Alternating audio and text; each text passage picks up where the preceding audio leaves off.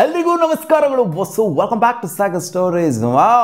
Overseas ಪ್ಲೇಯರ್ಗಳೇ main concern ಆಗಿದೆ. ಯಾವ ಟೀಮಿಗೆ ಯಾವ ಪ್ಲೇಯರ್ಸ್ಗಳು ಅನ್ಅವೈಲಬಲ್ ಆಗ್ಬೋದು, ಜೊತೆಗೆ ಮೋಸ್ಟ್ ಇಂಪ್ಯಾಕ್ಟ್ ಆಗುವಂಥ ಟೀಮ್ ಯಾವುದು, ಈ ಓವರ್ಸೀಸ್ ಪ್ಲೇಯರ್ಗಳ ಅನ್ಅವೈಲಬಿಲಿಟಿಯಿಂದ ಜೊತೆಗೆ ಲೀಸ್ಟ್ ಇಂಪ್ಯಾಕ್ಟ್ ಆಗುವಂಥ ಟೀಮ್ ಯಾವುದು, ಎಲ್ಲ ಡೀಟೇಲ್ ಆಗಿ ನೋಡೋಣ. ಯಾವ ಟೀಮಿಗೆ ಯಾರ್ಯಾರು ಅನ್ಅವೈಲಬಲ್ ಆಗುವಂಥ ಸಾಧ್ಯತೆ ಇದೆ ಅಂತ, ಜೊತೆಗೆ ಎಫೆಕ್ಟ್ ಮಾಡುವಂಥ ಸೀರೀಸ್ ಆಗಿರಲಿ ಟೂರ್ನಮೆಂಟ್ ಆಗಿರಲಿ ಯಾವುದು ಅಂತ ನೋಡೋಣ. ಅದಕ್ಕೆ ನಮ್ಮ ಮುಂಚೆ ಚಾನಲ್ ಸಬ್ಸ್ಕ್ರೈಬ್ ಹಾಕೊಂಡು ಬೆಲ್ ಪಾಠನ ಕ್ಲಿಕ್ ಮಾಡ್ಕೊಳ್ಳಿ.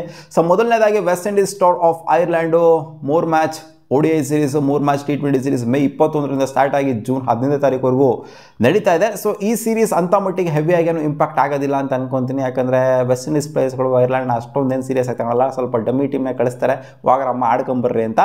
West Indies tour of England ಏನಿದೆ, ಇದು 3 ಮ್ಯಾಚ್ ODI ಸೀರೀಸು ಜೊತೆಗೆ 3 ಮ್ಯಾಚ್ T20 ಸೀರೀಸು ಮೇ 29ರಿಂದ ಸ್ಟಾರ್ಟ್ ಆಗಿ ಜೂನ್ 10ನೇ ತಾರೀಕುವರೆಗೂ ಇದು ನಡೆಯುತ್ತೆ. ಸೊ ಅಟ್ ಎ ಟೈಮ್ ನಡೀತಾ ಇದೆ, ಆಲ್ಮೋಸ್ಟ್ ಒಂಥರ ಅಟ್ ಎ ಟೈಮ್ ನಡೀತಿದೆ ಅಂತ ಹೇಳಬೇಕು.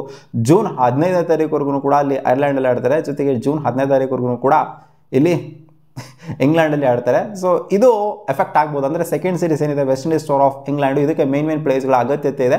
ಸೊ ಅದಕ್ಕೋಸ್ಕರ ಮೇನ್ ಪ್ಲೇಯರ್ಸ್ ವೆಸ್ಟ್ ಇಂಡೀಸ್ ಪ್ಲೇಯರ್ಸ್ಗಳಲ್ಲಿ ಏನಿದೆ ಅವ್ರನ್ನ ಕರ್ಸ್ಕೊಳ್ಳುವಂಥ ಸಾಧ್ಯತೆ ಇರುತ್ತೆ. And South Africa versus Zimbabwe 1 of 4 day ಅಂತ ಇದೆ ಜೂನ್ 3ನೇ ತಾರೀಕುವರೆಗೂ. ಸೊ ಇದೇನಿಲ್ಲ. ವರ್ಲ್ಡ್ ಟೆಸ್ಟ್ ಚಾಂಪಿಯನ್ಶಿಪ್ಪು ಅದೇ ಜೂನ್ 11ನೇ ತಾರೀಕಿಂದ ಸ್ಟಾರ್ಟ್ ಆಗ್ತಿರೋದು. ಸೊ ಇದು ಕೂಡ ಇಂಪ್ಯಾಕ್ಟ್ ಆಗೋ ಸಾಧ್ಯತೆ ಜಾಸ್ತಿನೇನಿದೆ. ಇಂಪ್ಯಾಕ್ಟ್ ಆಗೋ ಸಾಧ್ಯತೆ ಜಾಸ್ತಿ ಅಲ್ಲ, ಇಂಪ್ಯಾಕ್ಟ್ ಖಂಡಿತ ಆಗೇ ಆಗುತ್ತೆ. ಸೊ ಗುಜರಾತ್ ಟೈಟನ್ಸ್ಗಿರೋ ಜಾಸ್ತಿ ಎಫೆಕ್ಟ್ ಆಗಿರುವಂಥ ಟೀಮ್ ಯಾವುದು ಅಂದರೆ ಅದು GT. ಯಾಕೆ ಅಂತಂದರೆ ರುತರ್ಫೋರ್ಡು ಜೊತೆಗೆ ಜಾಸ್ ಬಟ್ಲರು, ಜೆರಾಲ್ಡ್ ಕೋಟ್ಸೆ ಜೊತೆಗೆ ಕಗಿಸೋ ರಬಾಡ 4 ಜನ ಮೈನ್ ಪ್ಲೇಯರ್ಸ್ಗಳು. ಸೊ ಈ ಒಂದು ಫಿಕ್ಚರ್ಸಿಂದ ಸ್ಕೆಡ್ಯೂಲಿಂದ ಮಿಸ್ ಆಗುವಂಥ ಸಾಧ್ಯತೆ ಎದ್ದೆದ್ದಿ ಕಾಣಿಸ್ತಾ ಇದೆ. ಪ್ಲೇ ಆಫ್ಸ್ಗೆ ಕ್ವಾಲಿಫೈ ಆದರು ಅಂತಂದರೆ ಈ 4ಕ್ಕೆ 4 ಜನನು ಇಲ್ಲೇ ಇರೋ ಥರ ಆಗಬಹುದು. ಸೊ ಆ ಥರ ಸೀನ್ ಇದೆ. ಸೊ ಅದರಿಂದ ಜಾಸ್ತಿ ಹೈಯೆಸ್ಟ್ ಎಫೆಕ್ಟ್ ಆಗಿರುವಂಥ ಟೀಮ್ ಇಲ್ಲಿ Gujarat Titans. And second highest effect ಆಗಿರುವಂಥ ಟೀಮು ನಮ್ಮ RCB. ಯಾಕೆಂದರೆ ಲಿಯಮ್ ಲಿವಿಂಗ್ಸ್ಟೋನ್ ಏನೋ ಸೆಲೆಕ್ಟ್ ಆಗಿಲ್ಲ, ಬಟ್ ಆದರೂ ಕೂಡ ಹೋಗೋದಿಲ್ವ ಅನ್ನೋದೊಂದು ಡೌಟ್ ಅನಿಸ್ತೀನಿ. ಜೇಕೋಬ್ ಬೆಥೆಲ್ ಇರೋದಿಲ್ಲ. ಫಿಲ್ ಸಾಲ್ಟ್ ODI ಸೀರೀಸ್ಗೆ ಸೆಲೆಕ್ಟ್ ಆಗಿದ್ದಾರೆ, ODI ಸೀರೀಸ್ಗೆ T20 ಸೀರೀಸ್ಗೆ ಯಾವುದೋ ಒಂದು ಸೀರೀಸ್ಗೆ ಸೆಲೆಕ್ಟ್ ಆಗಿದ್ದಾರೆ. ಸೊ ಅದರಿಂದ ಅವರು ಕೂಡ ಹೋಗುವಂಥ ಸಾಧ್ಯತೆ ಇರುತ್ತೆ. ಆ್ಯಂಡ್ ರೊಮ್ಯಾರಿಯೋ ಶೆಫರ್ಡು, ಲುಂಗಿ ಇಂಗಿಡಿ ಜೊತೆಗೆ ಜಾಶ್ ಹೇಸಲ್ವುಡ್ ಅವರು ಆಲ್ಮೋಸ್ಟ್ ಅನ್ಅವೈಲಬಲ್ ಆಗೋಗ್ಬಿಟ್ಟಿದ್ದಾರೆ.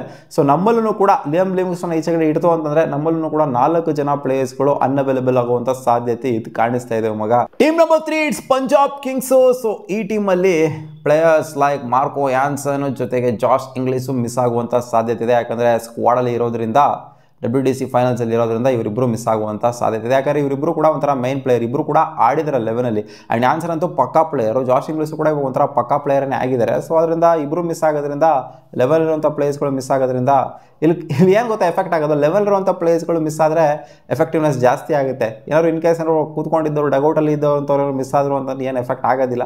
ಆಡ್ತಾ ಇದ್ದಂಥ ಪ್ಲೇಯರ್ಸ್ಗಳು ಮಿಸ್ ಆದ್ರೆ ಪ್ರಾಬ್ಲಮ್ ಆಗೋದು. ಮುಂಬೈ ಇಂಡಿಯನ್ಸ್ನು ಕೂಡ ಎಫೆಕ್ಟ್ ಆಗುತ್ತೆ. ನೆಕ್ಸ್ಟ್ ಟೀಮ್ ಬಂತು ಅಂತಂದರೆ ಅದು ಮುಂಬೈ ಇಂಡಿಯನ್ಸು. ರಿಯಾನ್ ರಿಕಲ್ಟನ್ನು ಜೊತೆಗೆ ಟಾಪ್ ಪ್ಲೇಯರ್ ಆಡ್ತಾ ಇಲ್ಲ. ಸೊ ಅದರಿಂದ ಏನು ಎಫೆಕ್ಟ್ ಆಗೋದಿಲ್ಲ. ರಿಯಾನ್ ರಿಕಲ್ಟನ್ ಮೇನಾಗಿ ಆಡಿದ್ದಾರೆ. ಆಮೇಲೆ ಬಾಸ್ ಅವರು ಮೇಯ್ನಾಗಿ ಒಂದೊಂದು ಮ್ಯಾಚ್ ಆಡಿದ್ದಾರೆ, ಬಟ್ ಅಂಥ ಹೆವಿ ಇಂಪಾರ್ಟೆನ್ಸ್ ಏನಿಲ್ಲ. ಒಟ್ಟಲ್ಲಿ ರಿಯಾನ್ ರಿಕಲ್ಟನ್ ಆಲ್ಮೋಸ್ಟ್ ಎಲ್ಲ ಮ್ಯಾಚ್ನೂ ಕೂಡ ಆಡಿದ್ದಾರೆ. ಸೊ ರಿಯಾನ್ ರಿಕಲ್ಟನ್ನ ಮೈನ್ ಪ್ರಿಫರೆನ್ಸ್ ಆಗಿ ತೊಗೊಂಡು ನೋಡ್ತು ಅಂದರೆ ಇಲ್ಲಿ ಯಾರು ಓಪನಿಂಗ್ ಸ್ಲಾಟಲ್ಲಿ ಆಡಿಸ್ಬೇಕು ಅನ್ನೋದೇ ಮುಂಬೈ ಇಂಡಿಯನ್ಸ್ಗೆ ಸೈಕ್ ಆಗೋಗ್ಬಿಡುತ್ತೆ. ಸೊ ವಿಕೆಟ್ ಕೀಪಿಂಗ್ ಬ್ಯಾಟರ್ ಆಗಿ, ಯಾಕಂದರೆ ವಿಕೆಟ್ ಕೀಪಿಂಗ್ ಬ್ಯಾಟರ್ ಅಷ್ಟೊಂದು ಆಪ್ಷನ್ ಏನಿಲ್ಲ ಅವ್ರ ಹತ್ರ.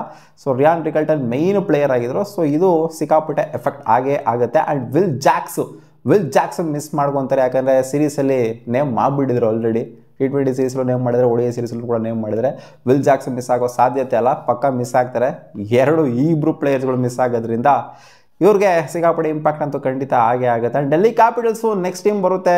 ಮಿಚೆಲ್ ಸ್ಟಾರ್ಕು ಅನ್ಅವೈಲಬಲ್ ಆಗೋ ಸಾಧ್ಯತೆ ಇದೆ, ಜೊತೆಗೆ ಸ್ಟಪ್ಸು ಅನ್ಅವೈಲಬಲ್ ಆಗೋ ಸಾಧ್ಯತೆ ಇದೆ. ಈ ಇಬ್ಬರು ಪ್ಲೇಯರ್ಗಳು ಮೈನ್ ಪ್ಲೇಯರ್ಗಳು, ಶಾರ್ಟ್ ಲೆವೆಲಲ್ಲಿ ಆಡ್ತಾ ಇದ್ದಂಥ ಪ್ಲೇಯರ್ಸ್ಗಳು ಅನ್ಅವೈಲಬಲ್ ಆಗೋದ್ರಿಂದ ಸೊ ಇವರು ಕೂಡ ಆಲ್ಮೋಸ್ಟ್ ಮುಂಬೈ ಇಂಡಿಯನ್ಸ್ಗೆ ಆಗುವಂಥ ಇಂಪ್ಯಾಕ್ಟ್ ಏನಿದೆ.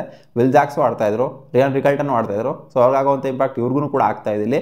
ಆ್ಯಂಡ್ ಲಕ್ನೋ ಸೂಪರ್ ಜಾಯಿಂಟ್ಸ್ಗೆ ಈ ಕಡೆಯಿಂದ ಆ್ಯಡನ್ ಮಾಕ್ರಮ್ ಅವರು ಮೈನ್ ಪ್ಲೇಯರ್ ಆಗಿ ಮಿಸ್ ಆಗ್ತಾ ಇದ್ದಾರೆ. ಆಮೇಲೆ ಮ್ಯಾಟಿವ್ ಅವರು ಸೌತ್ ಆಫ್ರಿಕನ್ ಪ್ಲೇಯರ್ ಮಿಸ್ ಆಗ್ತಾರೆ. Shamar Joseph West Indies player miss ಆಗ್ತಿದ್ದಾರೆ. ಬಟ್ ಶಮಾರ್ ಜೋಸಫ್ ಆಗಲಿ ಮ್ಯಾಟಿವ್ ಆಗಲಿ ಇವರಿಬ್ಬರು ಏನು ಲೆವೆಲಲ್ಲಿ ಏನು ಅಂತ ಮಟ್ಟಿಗೆ ಏನು ಆಡಿಲ್ಲ. ಆದ್ದರಿಂದ ಇಲ್ಲಿ ಮೈನ್ ಪ್ಲೇಯರ್ ಆಗಿ ಮಿಸ್ ಆಗ್ತಿರೋದು ಆ್ಯಡಮ್ ಮಾರ್ಕ್ರಮ್ ಅವರು ಒಬ್ಬರೇನೆ. ಸೊ ಅವ್ರದೇ ಗಣನೆಗೆ ತಗೋಬೇಕು. ಇನ್ನಿಬ್ಬರದ್ದು ಗಣನೆಗೆ ಅಷ್ಟೊಂದೇನು ತಗೊಂಡ್ರೂ ಕೂಡ ಏನು ಯೂಸ್ ಏನಿಲ್ಲ ಅಲ್ಲಿ. KKR next team. KKR ಇನ್ನೂ ಲೈಟಾಗಿ ಎಲ್ಲೋ ಒಂದು ಮಿಂಚುಳೋ ಚಾನ್ಸ್ ಇದೆ ಅಂತ ಹೇಳ್ಬೋದು, ಬಟ್ ಆದರೂ ಆಗೋದಿಲ್ಲ ಕ್ವಾಲಿಫೈ ಆಗೋದಕ್ಕೆ. ಬಟ್ ಆದರೂ ಏನೋ ಒಂದು ಪಾಸಿಬಿಲಿಟಿ ಏನೋ ಇದೆ ಅಂತಾರೆ ಕೂತ್ಕೊಂಡಿದ್ದಾರೆ ಅಷ್ಟು, ಬಟ್ ಏನೂ ಆಗೋದಿಲ್ಲ. KKR almost out of the tournament ಆಗಿದ್ದಾರೆ. ಅವರು ಲೀಸ್ಟ್ ಎಫೆಕ್ಟಿವ್ ಸೈಡು, ಪ್ಲೇ ಆಫ್ಸ್ಗೆ ಕ್ವಾಲಿಫೈ ಆಗುವಂಥ ಟೀಮ್ಗಳಲ್ಲಿ ಲೀಸ್ಟ್ ಎಫೆಕ್ಟಿವ್ ಸೈಡು, ಒಂದು ರೇಂಜಲ್ಲಿ ಇರುವಂಥವರಲ್ಲಿ ಲೀಸ್ಟ್ ಎಫೆಕ್ಟಿವ್ ಆಗೋದು ಅಂದರೆ KKR. ಯಾಕಂದರೆ ಯಾರು ಕೂಡ ಮಿಸ್ ಆಗುವಂಥ ಸಾಧ್ಯತೆ ಕಾಣಿಸ್ತಾ ಇಲ್ಲ ಅಲ್ಲಿ. ಇನ್ನು CSK, Sunrise Hyderabad, Rajasthan Royals ಬಗ್ಗೆ ಮಾತಾಡಿ ಏನು ಪ್ರಯೋಜನ ಇಲ್ಲ. ಯಾಕೆಂತಂದರೆ ಅವ್ರು already out of the tournament ಆಗಿದ್ದಾರೆ. ಅವ್ರು ಆಡಿದ್ರೆಷ್ಟು, ಬಿಟ್ರೆಷ್ಟು, ಹೋದ್ರೆಷ್ಟು, ಇದ್ರೆಷ್ಟು ಅನ್ನೋ ಥರ ಇದೆ ಸೀನ್ ಅವ್ರದ್ದಾಗಲೇ. ಸೊ ಅವ್ರೇನು ಜಾಸ್ತಿ ರಿಸ್ಕ್ ತೊಗೊಳಕ್ಕೆ ಹೋಗೋದಿಲ್ಲ. ಅದೇ ಪ್ಲೇ ಆಫ್ಸ್ಗೆ ಕ್ವಾಲಿಫೈ ಆಗುವಂಥ ಸೀನಲ್ಲಿರುವಂಥ ಟೀಮ್ಸ್ಗಳಿದ್ದಾವೆ, ಅವ್ರಿಗೆ ಸಿಕ್ಕಾಪಟ್ಟೆ ಇಂಪ್ಯಾಕ್ಟ್ ಅನ್ನೋದು ಆಗುತ್ತೆ ಮಗ. ಬೇಸಿಕಲಿ ಬಂದು RCBಗೆ, GTಗೆ, ಮೇಯ್ನಾಗಿ GTಗೆ, ಯಾಕಂದರೆ 4 ಪ್ಲೇಯರ್ಸ್ಗಳು ಮೇನ್ ಪ್ಲೇಯರ್ಸ್ಗಳು. RCBಗೆ ಆಲ್ಮೋಸ್ಟ್ ಒಂದು 3 players main players. Punjab Kings ಕೂಡ ಒಂದು 2 ಪ್ಲೇಯರ್ಸು ಮೇನ್ ಪ್ಲೇಯರ್ಸು.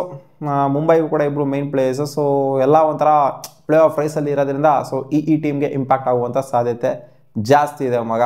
ಒಟ್ಟಲ್ಲಿ ಲೀಸ್ಟ್ ಇಂಪ್ಯಾಕ್ಟ್ ಆಗುವಂಥದ್ದು KKRಗೆ. ಮತ್ತೆ ಸಿಗೋಣ ಮುಂದಿನ ವಿಡಿಯೋದಲ್ಲಿ ಗಾಯ್ಸ್.